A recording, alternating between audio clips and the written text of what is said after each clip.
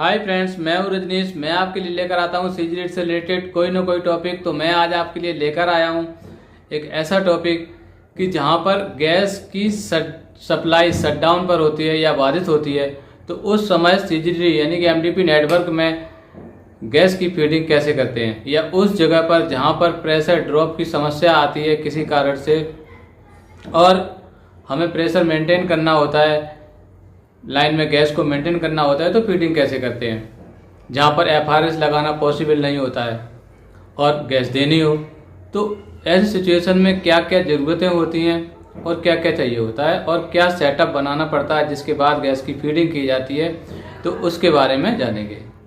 तो सबसे पहले हमें चाहिए होती है गैस। कंप्रेस्ड गैस होगी सिलेंडर में, यानी कि हमें एक एलसीबी की ज़रूरत पड़ेगी।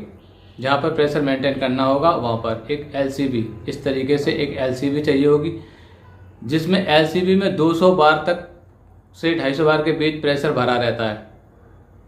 तो ज़रूरत पड़ने पे हम उस गैस को यूज कर लेते हैं। तो एक एलसीबी चाहिए। दूसरा चाहिए प्रेशर को कंट्रोल करने के लिए, यानी कि प्रेशर रिड्यूस भी तो करना है। 200 से 250 बार है, तो 200 बार से अगर हम प्रेशर को कंट्रोल करेंगे तो 18 से 20 बार में ले आएंगे, तभी हम एफआरएस चला पाएंगे। तो उसको प्रेशर को रिड्यूस करने के लिए हमें एक पीआरवी की ज़रूरत पड़ती है, प्रेशर रिड्यूसिंग वाल्व। तो ये है पीआरवी, इसको हमें कनेक्ट करना होता है। और तीसरा होता है मिनी एफआरएस या रेगुलेटर, चलता फिरता एफआरएस, जिसमें एक रेगुलेटर लगा रहता है जो 18 से 20 बार के प्रेशर को जो हमने पीआरवी से कम किया है, रिड्यूस किया है, उस प्रेशर को और रिड्यूस कर देता है, 4 बार में कन्वर्ट कर देता है, क्योंकि मोस्टली हमारा एमडीपी में 4 बार ही प्रेशर रन करता है। तो अब 4 बार प्रेशर रन करेगा तो हम। तीसरा नेक्स्ट होता है कि stand alone TF. Stand alone हमें टीएफ मिल जाए जहाँ से हम गैस की फीडिंग करेंगे, जो पाइपलाइन से कनेक्ट हो, या फिर कोई ऐसी जगह ढूंढेंगे जहाँ पर एसआर लगा हो, तो एसआर की इनलेट से भी गैस को फीड करा देंगे, तो पूरे नेटवर्क में भी चली जाएगी और जिस सोसाइटी पे कनेक्ट किया है उधर की तरफ भी हमारी गैस चली जाएगी।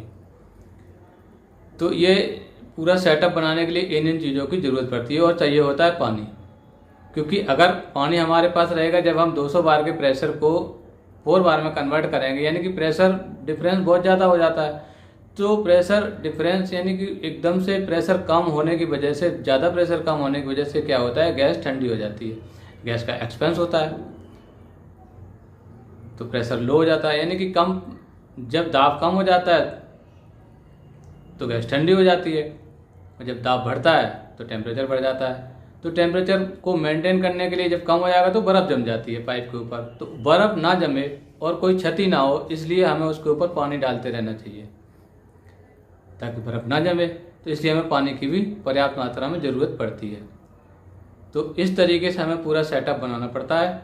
अब हम आपको साइट पे लेकर चलेंगे, वहाँ पे भी आप देख सकते हो किस तरीके से एलसीबी को, पीआरवी को और एफआरएस को और सर्विस रेगुलेटर से किस तरीके से कनेक्ट किया जाता है और गैस की सप्लाई को बाधित होने से रोका जाता है। यानी कि सप्लाई जब डिस्टर्ब हो किसी कारण से, तो हम वहाँ पर प्रेशर को मेंटेन करते हैं और गैस की फीडिंग करते हैं, ताकि उस एरिया में अनइंटरप्टेड गैस सप्लाई चलती रहे। तो चलिए साइड पे ले चलते हैं।